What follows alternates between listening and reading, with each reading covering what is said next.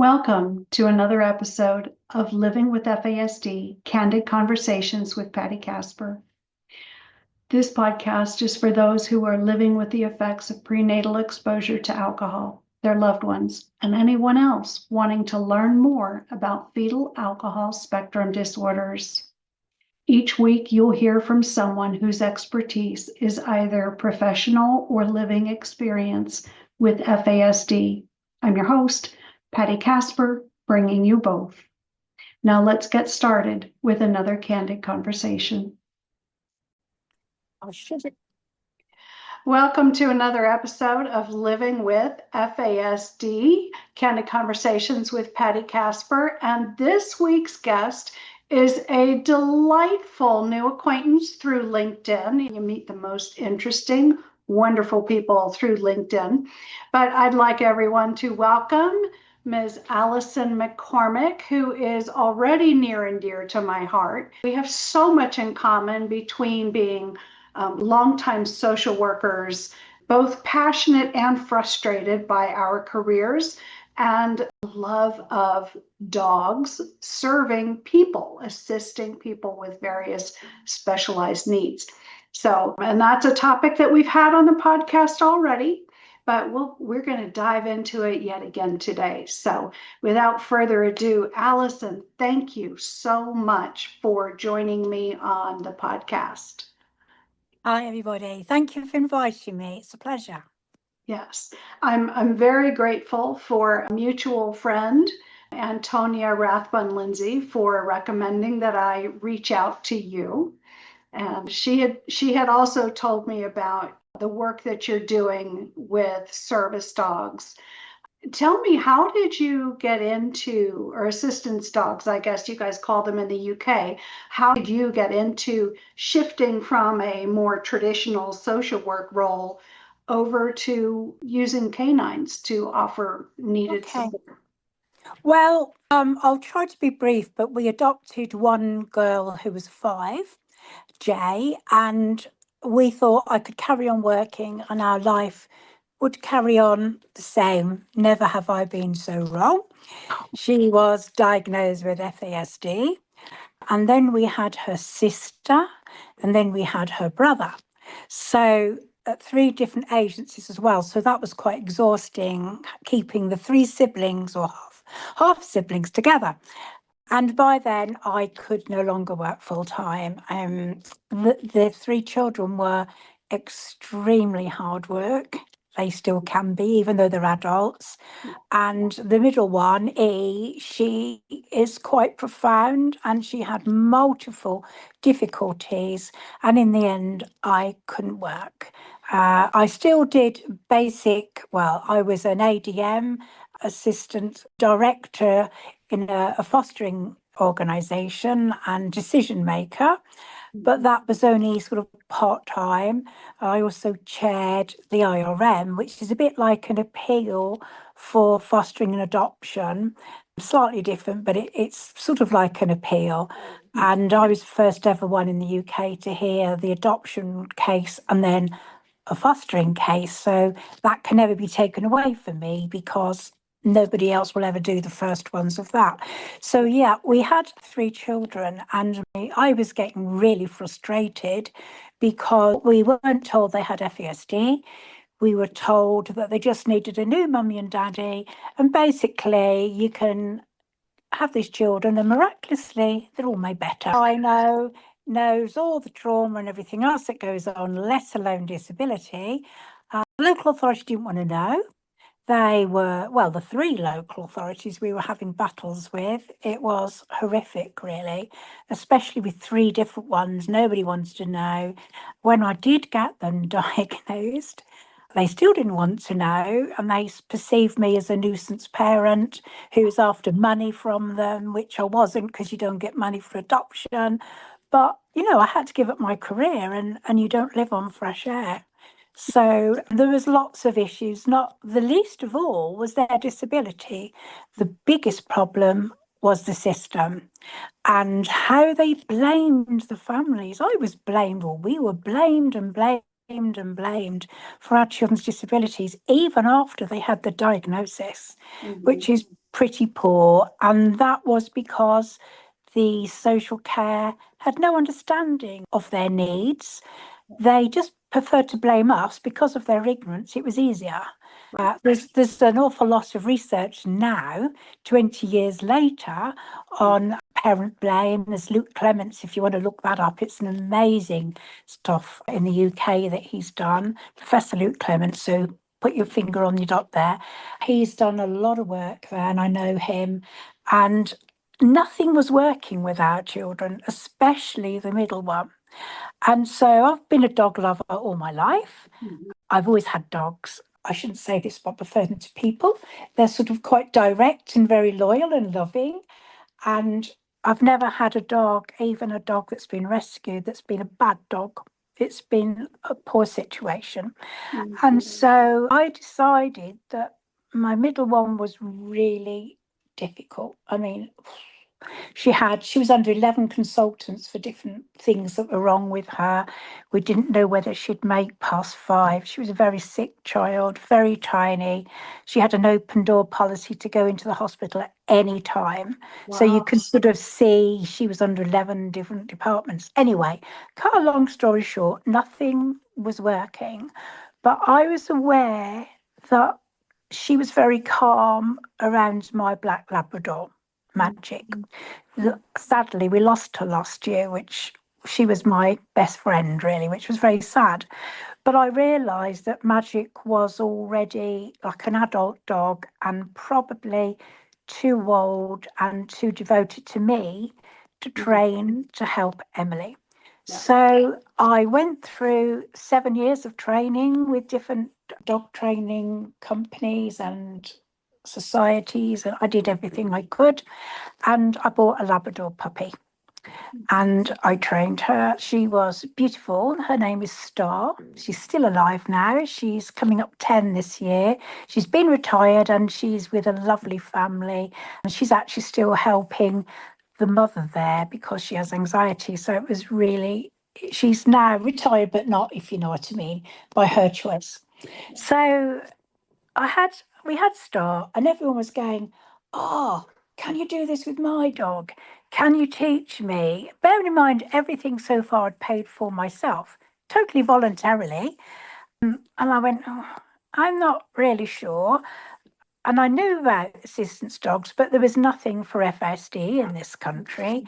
I knew about Jodie in the States, but she wasn't doing what I wanted to do, and that was to help as many families as I could. So what I did was I read up and found that the very best assistance dogs were a mixture of Labrador and Golden Retriever. Now, people go, oh, you can't cross a dog. Well, actually, the Golden Retriever has a wonderful nature. So does a Labrador. But a Labrador's a bit more keen to work. Golden Retrievers are a little bit more ploddy and a little bit more, I'd rather go and lay upside down with my belly in the air, you know. So I was advised that most of the guide dogs now are Golden Retrievers. So rather than just use any old Golden Retriever, I researched and bought my own dog because I wanted to make sure he had the very, very best of that health. Because it's vital. If you're then putting these animals out to vulnerable families and then the dog's ill and can't do the job, you're failing them. Yes. So I bought the dogs myself. I trained them myself at my cost and then decided to have a litter. So it was a one-off. Oh, I'll do it as a favour for people. Right, because I'm a bit stupid like that. I do lots of things for nothing. That's the way I am. I'll never be rich because that's the way it is. Anyway, cut long story short, she had 11 puppies. Oh, well, that's a huge litter. Huge. And I said to an ex-colleague of mine who I did training with, who worked for a different agency, she was paid, I wasn't. She was after some of my puppies because they do similar work to what I was doing. I went, well, I'll tell you what, if I get over 10, you can have one. So I got 11. And then, so she had one and he worked for support dogs with an autistic young boy. Mhm. So we had 10 dogs here for me to train.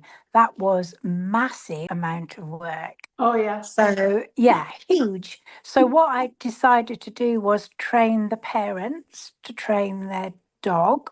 It was a pilot, it was a one-off. So I thought, I asked the families who would be interested in having a dog to support their child. I can go in a minute to what they can do.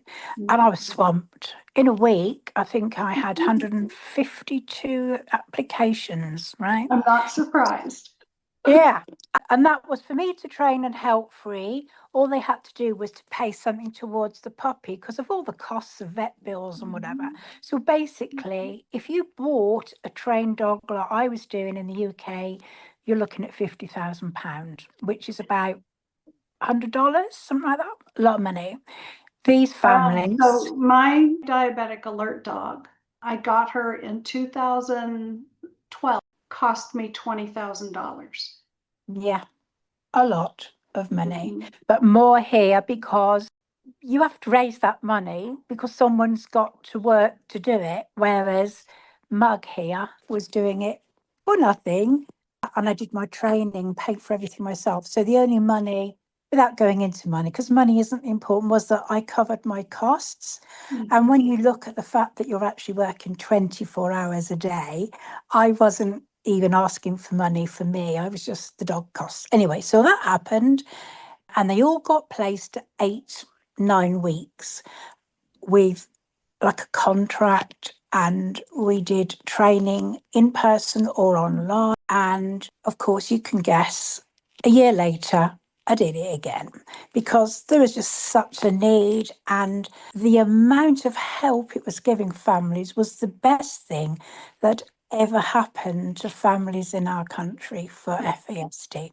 It was the only thing really that was working. And I'm not giving you a load of, it was true. So we've now got Star's retired, and so is Sparky, who's the father. And we've got golden retrievers, Goldadors, and we have just had our 70th dog pass 70 dogs. Yep. That is a lot of work. Yeah. Now, I don't really want to be doing the whelping and all that anymore because I want to retire. Not only is it a lot of work, you have to have a whole room and you give 4 or 5 months of your life. Because I don't just whelp a puppy, I train them from the minute they're born. Yeah. And I am constantly with them. They have so much more than just a pup that's in a kennel and there you go. You know, it's difficult to explain really, but they are super pups from the minute, well, before they're born, because I do everything I can before they're born and then as soon as they're born. So yeah, we've just had the 70th. We've got a couple more to go through and then I want to retire. But I'll never fully retire because the need is out there. So I think I'm going to diversify and look at training packages for people who buy their own dog. But it can't just be any old dog because it has to fit a criteria that is going to be robust enough. And it's hard, unless you know what you're doing, it's hard to evaluate a puppy's temperament. Exactly. I searched high and low for assistance work. Exactly. I searched high and low for the father. He is the most amazing goofball you could ever wish to meet. As soon as you come in, he comes in and holds your hand and he leads you to his toy box where he gives you his favourite toy of the day. So he is absolutely, and well, everyone that meets him just wants him. He's beautiful, absolutely beautiful. And so you have to have the temperament, and it's not just the temperament of him, it's the temperament of his predecessors. You have to, it was a lot of work going in. That's why I wouldn't just use any old stud, because it was important for me that we put our stamp on it and that I knew what I'd got. He's not only got excellent temper, he's got excellent health. I've actually just had him castrated now because he's retired, because his father died of testicular cancer, and he was only a year older than him. Yeah. So I've retired him. I'm not having big dogs born here again. So bless him, he ended up having the operation, which he wasn't very happy about, but there we go. So yeah, so it's been a very successful time. We have to abide by UK law, which is the Equality Act 2010.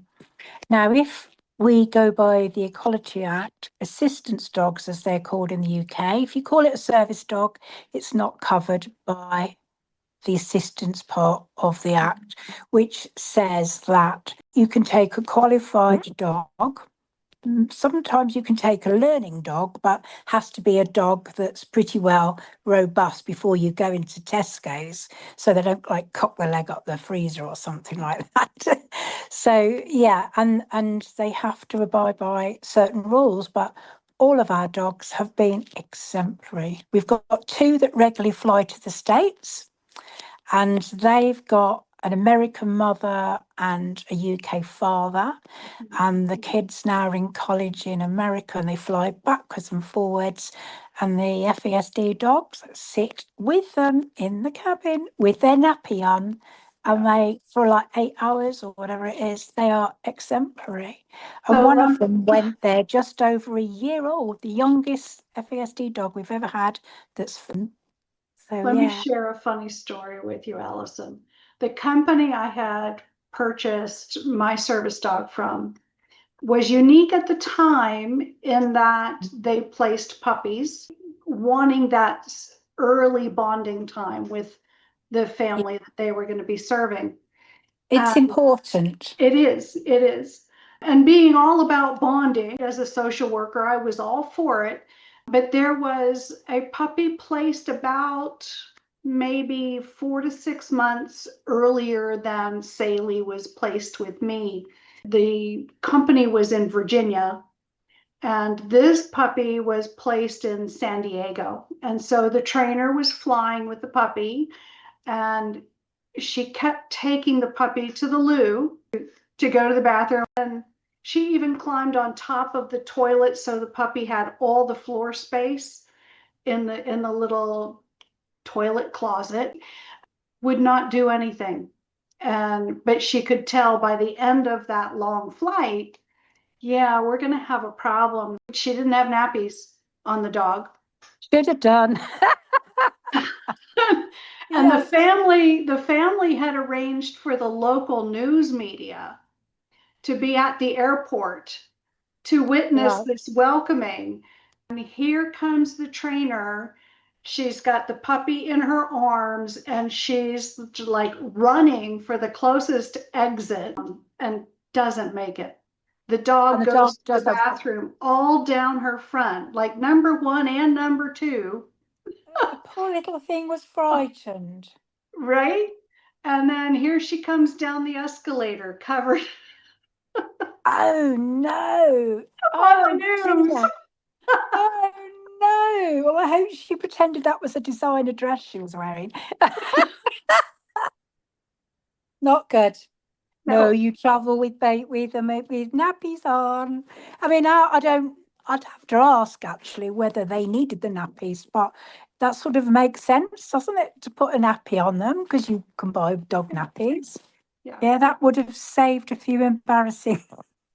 Yep. Did she ever escape the embarrassment? Well, she must have, because she continues to tell the story. So, she was able to see the humor in it rather quickly.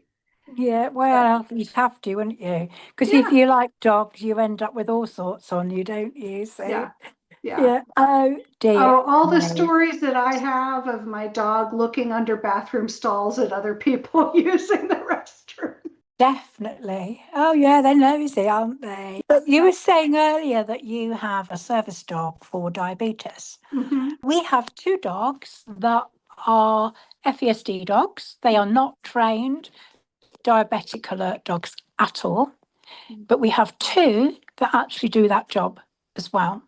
And one of them is placed with a family of 3 children with FASD, and the mum's quite young, and she's diabetic, and she was going to school, or to collect the children. And anyway, she went into a bad turn, and the dog was barking and sat by her side, and then loosed the lead and went and got her help because she could smell she was in a seizure. And she does that a few times at home as well. She'll come along, she'll put her head on the lap, she knows, and she won't stop until the woman tests and then finds out she's going into a hypo or hyper, whatever it is. That I'm not diabetic, so I don't understand all the terms, but they're just amazing. They are so intuitive with so many things. When our sugar's high, it gives off an acetone smell.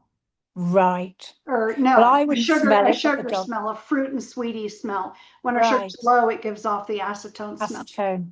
Right. Yeah. But yeah, this dog recognized it and has continued to do so. So not only is she supporting 3 children, quite complex young children as well. And one of the She's parents. supporting and the parent.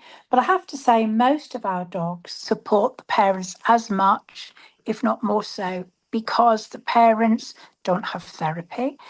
And the dog is their therapy. It's their lifeline very, very often. And we have groups, each different litter. We've got FASD 5, so different litters. And we have a group so people can talk between each other, not just any old family with FASD, but family with a dog. Some of our dogs, or one of our dogs, she's the one that I saved, who was born dead, and I did resuscitation on her and worked on her for half an hour. And we got her going, and she is the most beautiful assistance dog now. And she's been in Houses of Parliament, and she's met all sorts there to try and raise awareness for FASD as part of the parliamentary advisory group. And Sunny goes in, and they all know her. So it's just amazing. Our dogs are quite well known to people with FASD, not around the world, but the work is getting around very quickly, really. Yeah. Alison, what are the tasks that you train your dogs to perform for their people? Right. So basically, for them to qualify, they have to be over a year old. They need to be able to come out the other end of their adolescence. Some take 18 months, some, I have had one that's passed just over a year and a week, and that's the young lady that went to America. That's just that she was very lucky. She was very intuitive, and anyway, she passed. But we do 10 basic things, which is what, to be honest, any dog, especially a large dog, should do as a good pet, which is sit, down, recall. They do the lap rest. They have to be able to go into a hospital without causing any fuss, into schools. They have to be able to sit under a table where people are eating and not be a nuisance. They have to go in and out of a car. They have to go on trains and buses, public transport, without any fuss. What else? And then once they've done that, we then try to look at the sensory needs of the child. So we have quite a few that go into hospitals regularly because the young people are having lots of checkups, and a lot of the children are frightened of needles. The dog will calm them down. They'll put the face on the head. Without the dog there, the children wouldn't go in. That's absolutely 100%.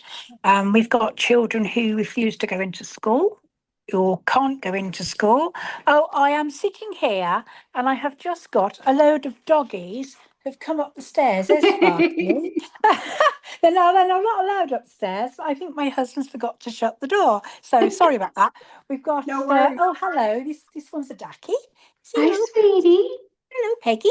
Right, so we have dogs that help their owners to go into school, because a lot of them are frightened to go into school, or they're traumatized, or they've been bullied. You know all the different problems of going into school. I've got a dog that goes into college regularly with their owner. I've got a dog that goes into work with their owner, who's 21. And I train Star to actually give pressure on the shoulders for my middle daughter, and it's here where the little salt cellars are. As you push that down for relaxation, it releases oxytocin, which is a feel-good hormone. And so I've got a dog on my lap. Well, say hello, everybody. Oh, hello, thank you very much. So it was tremendous to train Star to do that. So what I did was I gradually trained her to straddle E, who was laying on her back, who was going into, I've got the cat here as well, so I've got them all, who's going into a real meltdown, or we'd come out the meltdown and we were very, very distressed.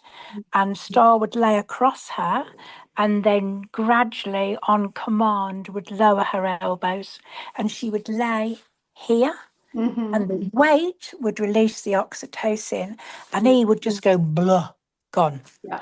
Gone. And then the dog would wait and watch to see how she's going, and then obviously you don't want to suffocate the poor child, but you gradually release once she's in a consistent relaxed state rather than anxiety. I would release the dog and she'd come, but she would always still put her paw on her arm so that she knows she is still there. Yeah. So those are the sort of things that they can do. I mean, every family has different needs for different dogs. This is Sparky. Say hello, Sparky. I'm Sparky. Always smiling. See, look, he's holding my hand. That's what he does. So yeah, so he's not supposed to be up here. He's gate crashed.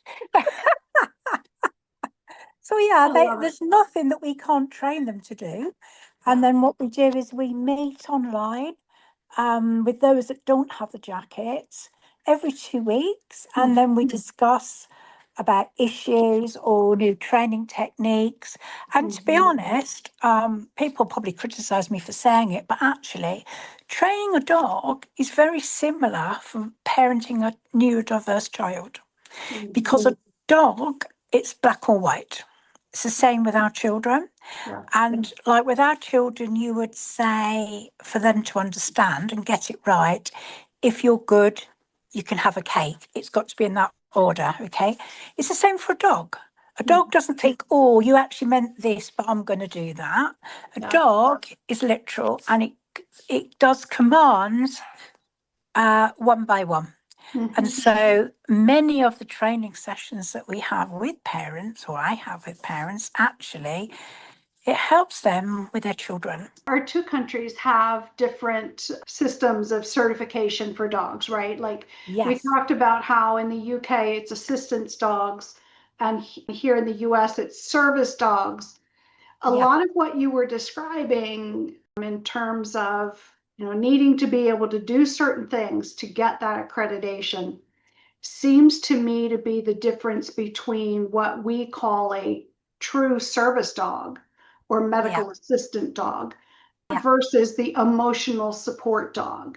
Right. Because our ESAs, the emotional support animals, they don't have nearly the rights and responsibilities that dogs do. Yeah. I mean, to be honest, ours are very well trained in what they need, but they don't need to be like a guide dog.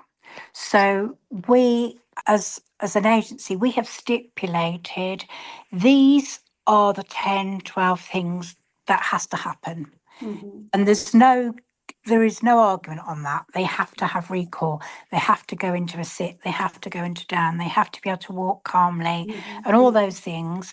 And then when they've done that, the add-ons that I can help the families if they want to can be trained. But there is no negotiation, because there's no way could we have a dog that walks around with an assistant's jacket that's going to cock its leg up something, or it's going to go and do poo under the table in the pub or whatever.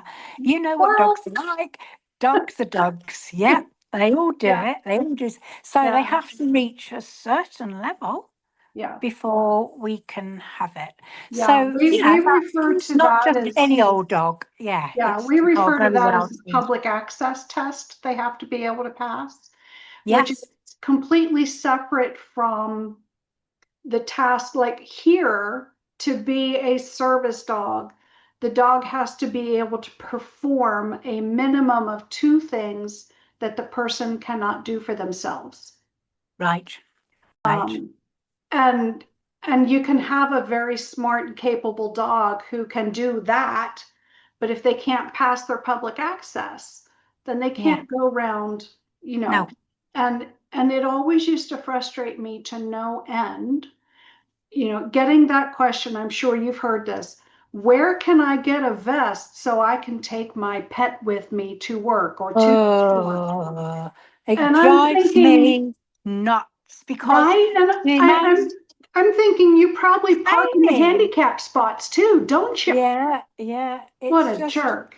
I know. I have that as well, and I just go, sorry. And when Yeah, hours qualify, they have to hand back the learner one with the yell plate on to have the other one because I have to, Kate, and I have to keep them because if they get into the wrong hands, anyone can go and do that. But yeah. generally, I mean, they do have to be very well trained. But I there's, just went I've had around and people say, "Oh, you don't know what you always get somebody, don't you? You don't know what you're doing, and it's any old dog." No, they're not. No, they're not, and they have to pass it. I don't do the passing. What it is there's a group of us who can authorize each other's agencies dog to pass. We used to do it in person, and actually, it was quite unfair on the families to perform tasks, if you like, in front of strangers, the anxiety. And COVID was a good friend to us because COVID taught us that we can do this and send in videos of the dog performing exactly what we yeah, want. yeah. And so actually that hasn't stopped. If families are a long way away, I've got dogs in Scotland, several dogs in Scotland, Ireland, Cornwall. It's not as big a country as your country, but that's a long way for us. Brits don't travel, you fly everywhere, we don't. So it's a long way for us. 300, 400 miles is a long way for us. And so that has opened up the doors and the way we can now support more families, which is brilliant. What I've started to do now, which is you saw my little cream Daxi just now, Yeah. is I moved to a house with a smaller garden. I haven't got kennels. I don't want forever and a day have my house full of puppies and puppy poop, right? So I've done it. I've had over 100 puppies for other people, all told. So what I am doing now, and it's trial again, like it was with the dogs, the big dogs, is using Daxies. And then we've had a litter that has gone out now for people who haven't got a big garden, who don't want a big dog. And it's more of a therapy dog. And the dogs are amazing because they're helping the children so much. Well, Daxies are hard to train, but once you've got them, they're very loyal. They're like mini German shepherds, if you like. They are fiercely loyal to their owners and they're very, very good for children who can pick them up. So we're in a new stage now as Dogs UK, looking at smaller dogs. I am not having a litter at the moment, but I will probably have a litter next year because I want to see how these dogs are doing first. I'm not just going to pump out a load of puppies for people. I want to make sure we can do. And it's really difficult getting little jackets made because they're so small. So when Can't see our Saley logo. when Saley came to us, she was 14 weeks old Yeah. and she was smaller than one of my cats. Oh, right. That is small. She What was what she breed was is she? she's a lab, She's a but she lab, was so she's only very 10 small. pounds. That's very She's small for a Yeah, lab. yeah. She barely comes up to my knee, and she was the runt of the litter. They're But always the yeah, best they are, because yeah, you love them so much more. yeah. Yeah, So brilliant. I was just going round and round a couple weeks ago actually with an internet provider who was advertising, send us money and we will hook you up with a professional who will certify Oh, your dog. I have all those. Oh my, I and just I say went thank round you, and but round no with thank them, you. like basically saying, how dare you? I tell you what's going round at the moment on Facebook, which it annoys me because I want to leave a comment and I can't really. It's we will help you, we will do this, and we will train your dog for you. We're wonderful people. It will only cost you, say, £30,000 plus this plus that. And I want to say, actually, I've done this voluntarily and I've done a good job. Don't make this into a business. But unfortunately, we see that with people who are training in FASD, making it into a business, when us old uns, we've done it voluntarily and we were the first ones. And it's the same with dogs now. And it breaks my heart because I think actually they cannot give any more than I've given. They Yeah, cannot. yeah, And they're taking all this money from families who can't afford it. yeah. So, it's The hard. company I had dealt with, it wasn't too long after I got my girl that they raised their Mm, price to 25,000. And mm, then he got greedy mm. and it started placing every puppy from the litter. Well, they don't all qualify. No, we've They had over don't all 100, have the but we've got temperament, 70. Yeah, we've got right? 70 that have passed. There are some where families don't want the full jacket. Mhm. That's their choice. We don't push them into it No, because some families are frightened. yeah, Some families don't feel they can do it. Some families have got almighty problems as it is. We don't push that. If they want to do it, we're there for them. But we've got 30 that haven't passed. Some would, and some would never, in a month of Sundays, pass what the others have done. They'd make a good pet and they'd make a good therapy pet, but they would not pass the outside part of the right. bit The that I am public so access. strict on. Yeah, Absolutely. yeah. And if they're going to have that jacket on that I started and I trained, I am not having a dog that doesn't do the job with that jacket on. So So are you that's my still in choice. touch with some of the social workers that you worked with before you got into working with dogs? Yes, few, yes, a And few. what is their response to the work you're now doing? I think that they're fascinated. I mean, I know quite a lot of families also that are social workers that have adopted children with FASD as well. Mhm, I think they're very guarded with the failures of the system mhm, because it's their job. And if they step out of line or say something, they could be without a job. mhm, Many of them feel the same as I do. mhm. Many of them, I've got a couple that have gone to social workers already. It's fascinating though that two of them, the social workers, haven't actually passed the full jacket. They didn't want to do the final bit, which is fine. I don't mind. But just talking to you just made me think, "Oh, that's a bit, but that's the way it is." I know loads of social workers. Most of them are good people. Mhm. There are who abide by the system, as you and I know, and they don't even think outside their tick box. So I don't know. But none of those are my friends because I've been telling them by now. All of my friends who are still social workers, or most of them retired now, agree with what I have to say. But Well, when they're in the job, they have to toe the line. I saw a comment you had made on LinkedIn, a couple that you've made in the last week or two or three about the system failing our kids and our families. It And does. that's very true. It does. That's what got me into this work of studying FASD because I was tired of watching kids fall through the cracks and Yeah, get bounced from home to home to home to home to home to home. absolutely. And I got tired of families who had the best of intentions But didn't have the toolkit because and nobody knew what that was. exactly and continuing to think, well, if I come up with the right incentives, the right motivations, the sticker chart will work by golly. Oh, no, it won't. The sticker chart will not work. That reminds me, have you seen my friend's book that has just come out this week? No. I put it on LinkedIn. You need to buy one off Amazon. Okay. It's only a 2 or 3 hour read. I haven't got it here. Hang on. Have I got it here? Oh, I have. Hubby's got it beside the bed. I'm sitting in the bedroom, see. And it is the most amazing read. Everybody needs to read it. Here we are. Well, I will. Okay. And I'm not advertising for it. I'm just saying it's the best book on Survival, FASD chaos. What and else? and magic in a hurricane. There it is. Magic in a Hurricane. And who's it by? Andrew James. By Andrew James, and it's on just come out on Amazon.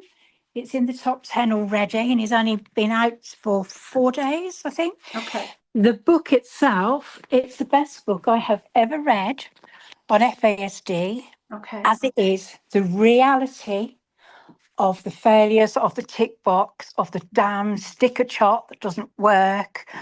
But his humour is hilarious. Okay. And it's wrapped up with such love and humour that the truth of how the system has failed. And if people don't read it, then absolutely. In one sentence, I howled, I laughed, I cried, I snorted with the truth he was telling.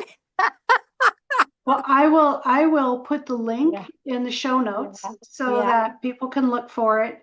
I'll put the link on it later because at the moment it's not letting you search because it's so new.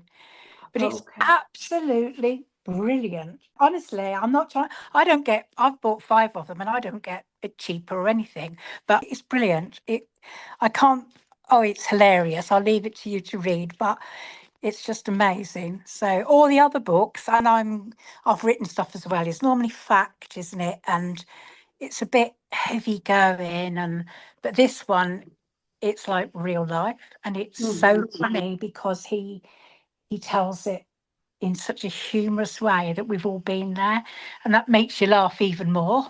Yeah. So, and it's a must for all. No, he's not on the United States Amazon yet. So right. Well, it's only just come on, and it does a Kindle. But anyway, I'll send you the link. It's absolutely hilarious. So, yeah. Just so even my husband, I had to go at the other side of the bed. Even my husband's laughing. He goes to read it at night and he's laughing. He just, oh my word, I can't believe he's just said that. I wanted to say there's a video on YouTube with a woman making fun of sticker charts. It was like a role play when she could play the parent, or she would put a wig on and play the therapist, and just absolutely poking fun at sticker charts. And it's absolutely hysterical. I'll look for that and send it to you.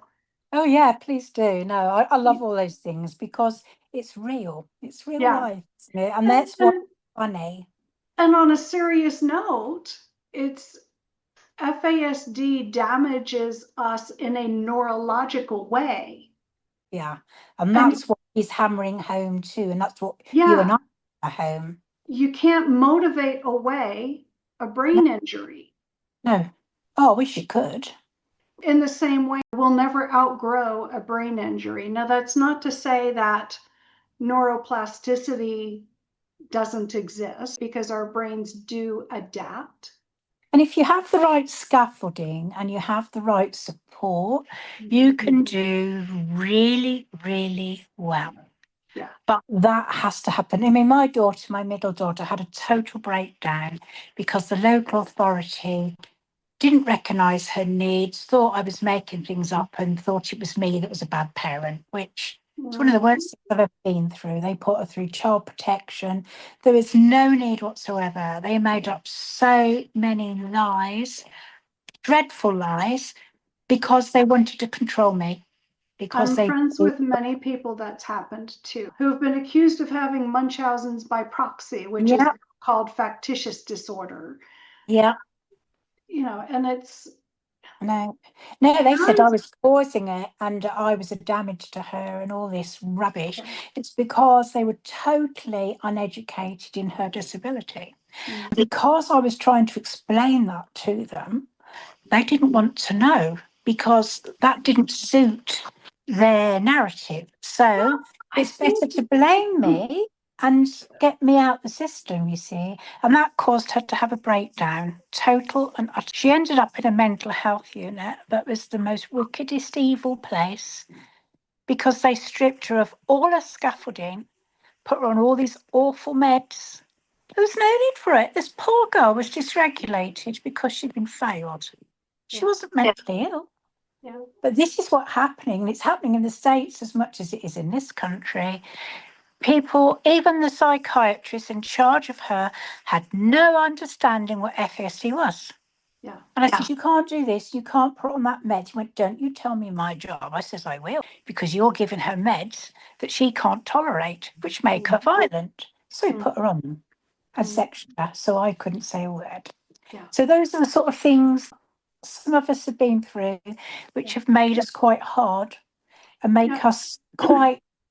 I'm a bit cantankerous sometimes because I don't stand fluffy people anymore. I just tell them as it is, because I haven't got the time anymore. I'm too bored with having to try to explain. 25 years is a long time trying to fight the same cause, and it hasn't really changed. In all this time that I've trained all around the country, I've written books, I've had all these dogs, it has not changed.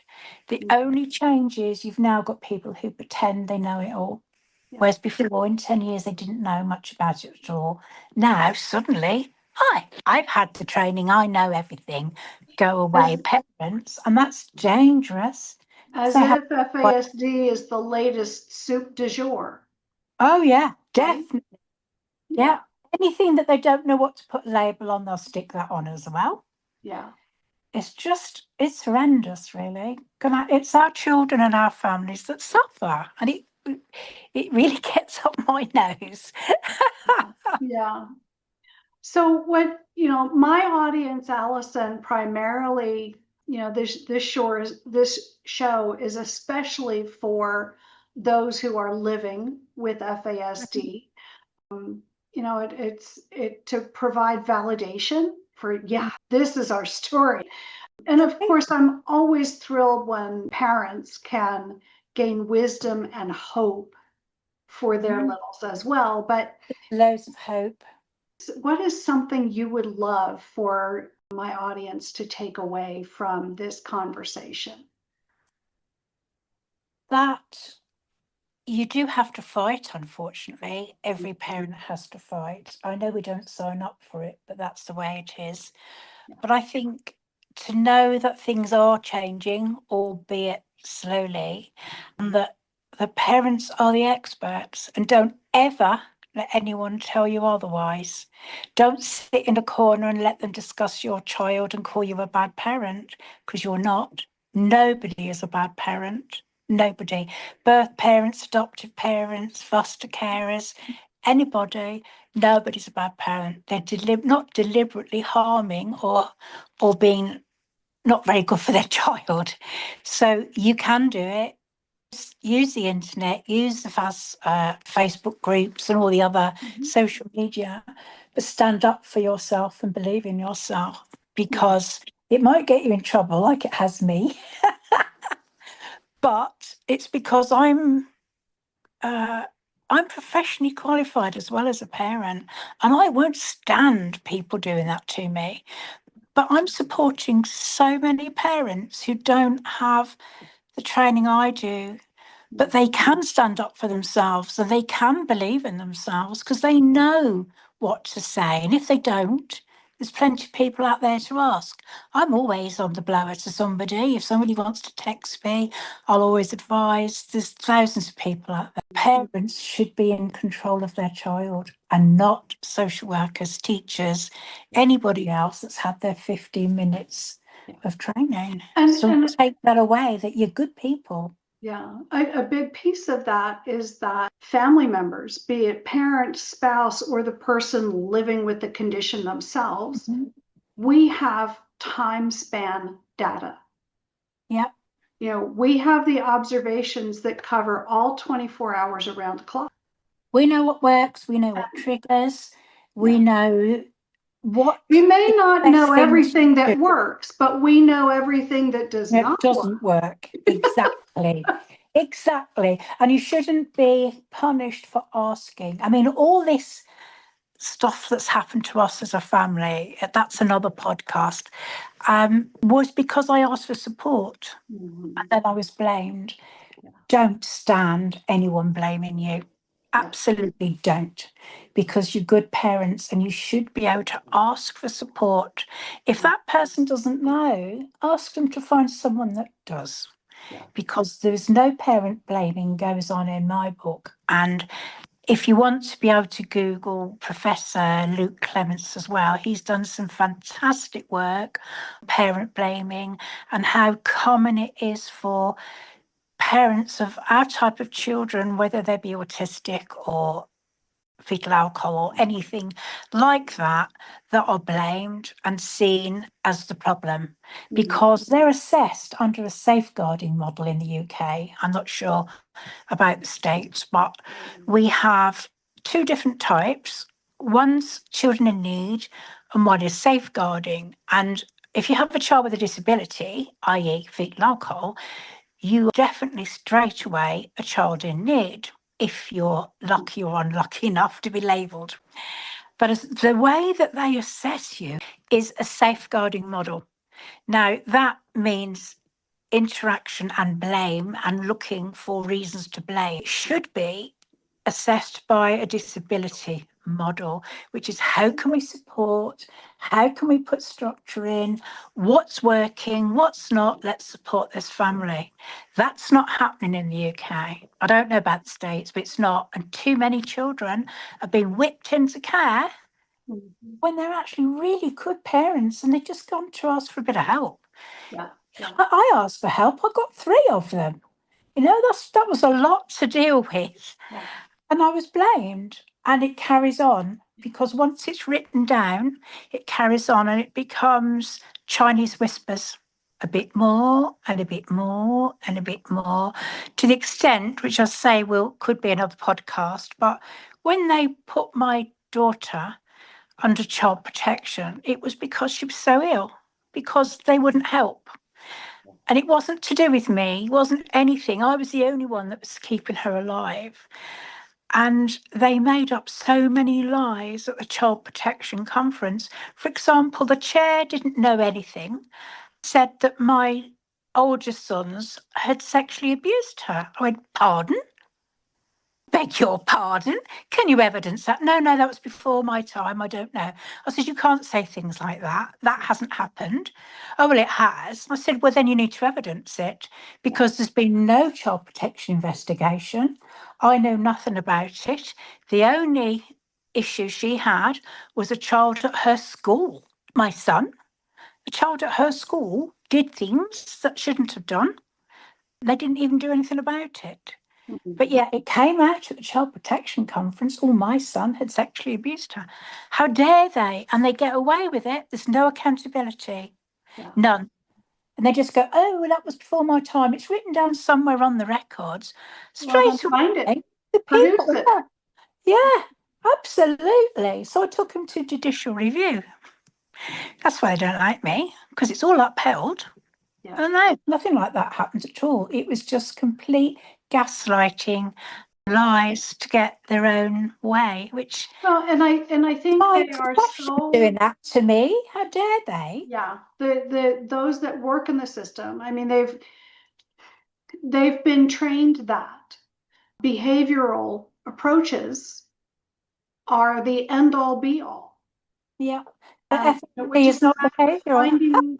Finding the right motivation, right? If you dangle the right incentive or reward, or you threaten the right consequence, eventually the kid is going to make the decision or the choice. Not going to do that again. That the adults want them to make.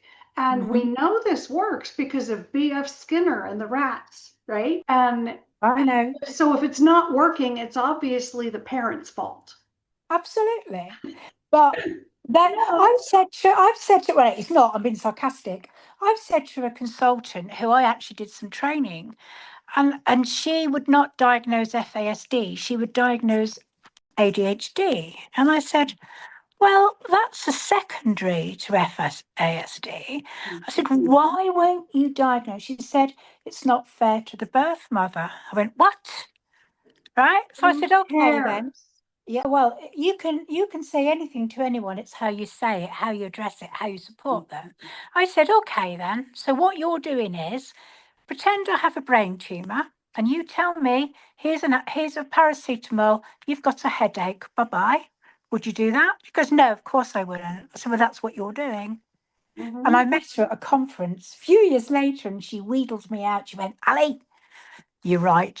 I diagnose FASD now. She says, every time I see somebody, I see your face and I look at your face and think, no, I'm not going to make this mistake. And this is a consultant who's in. Well done, Alison. Yeah. And I think if you explain to people and give them an analogy, they will buy into it. Yeah. Sometimes I lose my temper because I get fed up and I just go, sorry, that's wrong. You don't know what you're talking about. They don't like that. But if you explain and say, would you blame a child in a wheelchair who couldn't walk? No. So why are you blaming a child with brain damage that they can't do something? And then why are you blaming the parent? Because they can't help it. You need to work with, and they can do things with repetition and repetition if you've got the energy. But it's about a shortcut, put a plaster on it, blame somebody so I can get on to the next case so I can go home and have my cup of coffee. Basically, that's what it's all about. I've done it. Or would you blame a child or blame a person for not being able to read a document simply because you've told them to try harder 100 times? Well, I get this all the time. You need to grow up. Woo! Well, they might need to grow up, but they are really half their actual age. So, yes, they will get there eventually, but telling them to grow up is not going to help. Not at all. It's about, come on then, let's work together. What works? How can we help you? What strategy worked for the last issue? Let's look at that. Let's change it. Let's see. Let's practice it. And then the youngster feels good about themselves. Yeah. But it's patience. And sometimes I have got so much patience, people are amazed. But sometimes we're all human. You just go, oh, I can't deal with this. And if I'm in that mood, like many parents can be, you can see actually you're doing a disservice to your child because you can actually see it straight in front of you. Whereas if you just hold your breath, count to 10, do what you've got to do, and you can curse later when you go to the toilet. But there's no point because all you're doing is further traumatizing. Yeah, it's like the old days. You used to smack a child, didn't you? I mean, you don't now, but I was brought up that if I had a good hiding, then I wouldn't do it again. And actually, I wouldn't have done it again. But that's not the way to parent a child. Yeah. But as I've said with the parents that I'm helping to train with the dogs, actually, the children with our conditions, it's very similar training the dog as well. And I'm not saying the children need to be trained like a dog at all. What I'm saying is, actually, they're both literal. Yeah, it's positive. They respond to positive reinforcement, and you get there much quicker than frightening them because you've damaged the dog, you've damaged the child, you damaged yourself. Then it's not going to work. Yeah, you might as well just pack up. And it's really good practice to breaking tasks or breaking chores down to smaller bite-sized tasks. Exactly. Well, when we train the dogs, we have the 3Ds, which is distraction, duration, distance. And so as we train, we do a very minimal one of each, and then gradually, once they've got it, gradually increase, gradually increase. If they fail, you go back to where they were safe, they were doing it. Exactly the same with a child. Absolutely the same. I mean, I know someone that uses a clicker on their child after I trained them with a dog, right? It actually works. I'm not saying that I would say that's a thing to do, but it actually gets the attention and this child responds to it. Yeah. So what? What? It's a clicker. It doesn't really matter. I mean, when she first told me, I went, but actually. Like I just did. And they were like, oh, gosh. But it actually works for them. And so, like in that book that I've just said, you have to find what works for you as a family. Exactly. Some might think what you're doing is bizarre or harmful or whatever, but if it's kind and if it works and the Mhm. child responds and learns, what's wrong Yeah. with that? Yeah. It's whatever works. Yeah. If you read the book, you'll see that there's so many things that will make you laugh that we've just talked about. You know, the house has got stickers all over it, like zones, and it's just like my house, where it used to be, when you used to have to turn over sand timers and all the stuff that everybody has for young children with Mhm. FASD, or don't have to do that now. They've grown up, because the youngest is 20. Yeah. Still has issues, don't get me wrong, but they're different issues. Yeah. As they mature, I think they get easier once they get past the teens.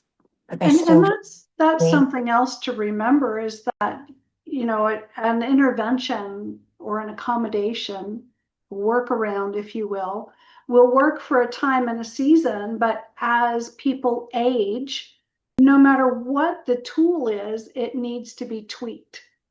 yeah. And because our youngsters has a dysmaturity, you might work with something that somebody else's child wouldn't have had for 5 or 6 years. But who Mm. cares if it works?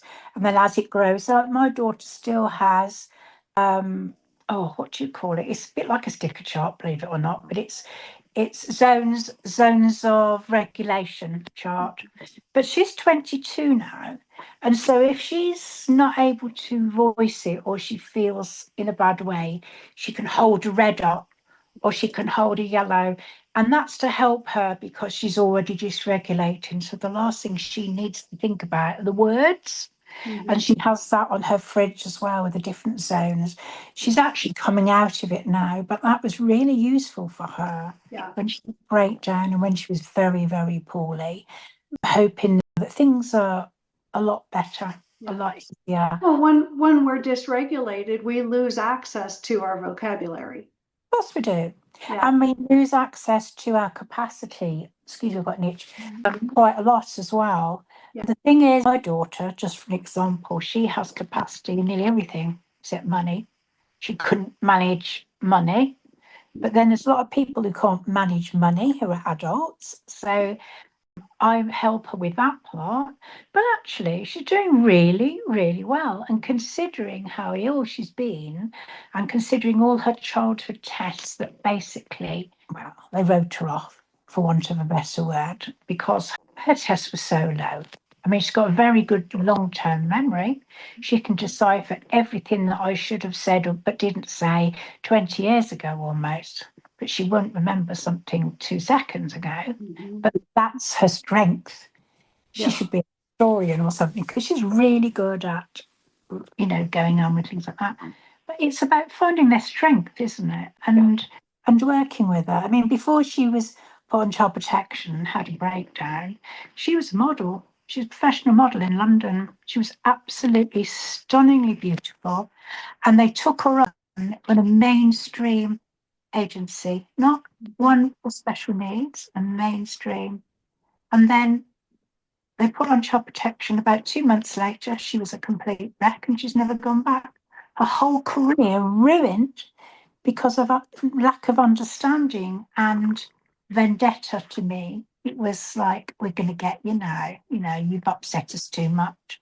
You've Yeah. highlighted too many things that we should know. We're Yeah. going to get you. But it destroyed my daughter. I suppose in doing so, it destroyed me because what's the most precious thing to a mother? It's her children. That's how they got to me. But I'll never forgive for destroying my child. Never. She had enough to deal with FASD, let alone she's now got FND, which is functional neurological disorder as well, where Mm. she gets into seizures. It's much like epilepsy, but it's caused purely by trauma. If she Mm. falls or she goes into an uncontrolled seizure or tic, and that is diagnosed as trauma. Mhm. And that's the system done that to her. She had enough already without that. Yeah. And she'll never Well, recover from the system, although designed for good and certainly is protective in many absolutely. circumstances, does cause its traumas Yeah, of course it by does. design. especially if you don't tick a box. If you're a square peg in a round hole, you can't tick their box, then they will bash you to get into that hole. And if you can't do it, you're going to be traumatized by it. And that's basically what happened to us. Yeah. So, Or, you know, if a child is removed to out of home care, whether it's a hospital unit or a foster family, you know, that's trauma. absolutely. I And know somebody yeah, who's got it two may be children. safer than living with a family that's producing meth, you know, Yeah. or something like that, but it's still a significant traumatic primal But loss of I family don't members. know. Yeah, I don't know what it's like in the States, but we have the highest in Europe removal figures in Europe. And that's because everything is assessed for a safeguarding. And I know a woman who's been in court now 4 or 5 years trying to get her children back. Both have FASD. Social care wouldn't acknowledge it. They said that the children were out of control because they were asking for help. It was a small incident, nothing major. And they went into like a respite just to calm down, and they've never had them back. And yet the reason for removal was that they were beyond parental care. And yet these kids, since they've been in care, have like 100% worse than they were with the parents. And all these so-called professionals who know everything can't manage them. And yet they're still not home. And they're so damaged now. And you just think now at long last they accept that they've got FASD, even though it was written on a report. They didn't want to know. And that's what we face in our country. I don't know how you are in the States, but this is happening a lot. And it's the same with young mums with FASD. As soon as they have a baby, they're not even a baby. Well, there's an awful lot of mums with FASD who are really good mums. They just parent slightly differently. Yeah. Or you And get the they're social needy workers pickings. who are so frustrated with the birth parents on their case. Like, why can't they do this? It's a simple list of things. Yeah. Why can't they get it right? They deserve to lose their kids. No, But you they know, have a alcohol use different. runs in families, then so does FASD, by golly. I wrote a chapter on social work and FASD 10 years ago. It was the tome, there was a lot of big names wrote it, and I don't quite know how come they asked me to write the social work chapter, but I did. So I was honoured to do that. And when I reread it this week, because somebody asked me about it, nothing's really changed. But actually, when I read it, I thought, oh, this sounds good, because I'd forgotten I'd written it. And it was basically that social workers would notice if there was needles about, and they would record it, or if there's drugs. But they would never record if they see bottles of wine in a bin or drinking, because drinking is legal, whereas drugs are illegal. But drinking actually does far more damage than Class A drugs do long term. And that was what I wrote 10 years ago, and that's still not Well, changed. there is some preliminary research that shows that fentanyl in those babies that it doesn't kill outright does cause as much or nearly as much damage as alcohol to the preborn baby. But other than that, yeah, alcohol does more damage to a preborn baby than any other substance. But I didn't had a lesson on anything to do with misuse of alcohol. Didn't have any lessons on misuse of drugs or alcohol. I became a qualified social worker after 3 years, never had a lesson, didn't know what FASD was. The only time I started to learn was when I had a child placed with me. So I'm not knocking the social workers that don't understand. Yeah. But by now they should. By now that should be, and we've tried so hard to get it as part of training in teachers, nurses, doctors, social workers. Yeah. But people But cannot teach what they don't themselves know. no. And so that's where, you know, a mutual connection on LinkedIn is a social work professor in the New England. And he made the comment that we need to address things upstream. Yes. Before you can do the bottom. Yeah, we've got to make systemic changes.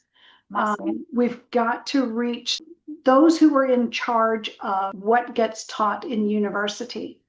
Yeah. Whether it's to teachers, to social workers, to therapists, to medical doctors, to nurses. That's where the understanding really needs to be grown because, Money I mean, people are.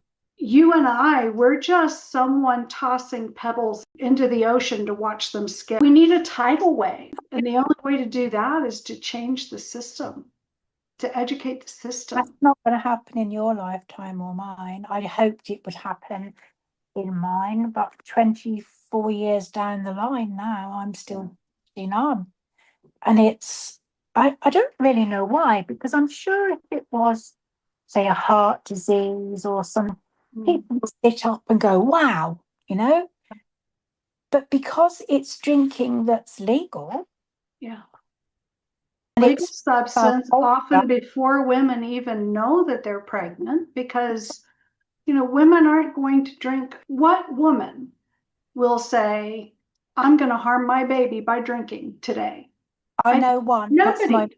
son's mother, but that is so rare. She found out she was Exactly. pregnant 5 months and she couldn't have a termination. It was too late. So she tried to abort by drinking bottles of that a day. Right. So that's why she's so profound. But that is the only one. Even so, you need to offer support because by discriminating against them or being horrible to them is not going to help the child. Exactly. No, Rehabs turn pregnant women away yeah, because they don't want the liability of treating a pregnant woman yeah, and having a pregnant woman go through withdrawals or DTs. yeah. They don't want the liability, so they turn them away. So where are they going to get the help? God knows. My daughter's just recently had a baby. She's 6 months old. And she said, do you know, Mum? She said, in all of my pregnancy, not one person asked me if I drank in pregnancy. Not once. We still have so And far. she asked them, and they said, oh, you can drink a few as long as you're not going silly with it. And she went, excuse me, you need to talk to my mum. Right? She's like me, straight to the point. Yeah. Yeah. Or the providers that will say, we know chronic stress and anxiety is not good for the baby, right? It messes up their internal method of being able to self-regulate down the road. So yeah, go ahead and drink because if you're calm, that's better for the baby. But it's well intentioned, but it is so freaking ignorant. It's wrong, and but It's she was so asked if she smoked and she was asked if she used drugs. Well, no, naughty drugs, social drugs. And so she said, and I don't drink. So they said, oh, well, there's no box for that, basically. She said, there should be. Have you seen the NICE guidelines? Because we have NICE guidelines now that there's a whole group of us that have been campaigning and we've actually got them now. But nobody listens to it. Nobody reads it. They don't care. No accountability. It doesn't matter if it's all written down in black and white. X, Y, Z should be followed. It doesn't matter. So it makes me know what we've got to do. We've even got an MP in England who's got adopted children with FASD. And do you know, he don't do much about it either. I despair. We've asked him so many times, well, can you bring this up? Can you do that? And he will try, but he just gets snowed under with other things and other things take priority. But it doesn't get seen. Now, if that was my child and I was an MP, I'd be there waving a flag, knickers in the air if necessary, to make them listen. But that's what happens. Yeah. It's such a shame. But taken away from that, things are changing and people are starting now to listen and to understand. People And are there is, afraid of having uncomfortable conversations. yeah.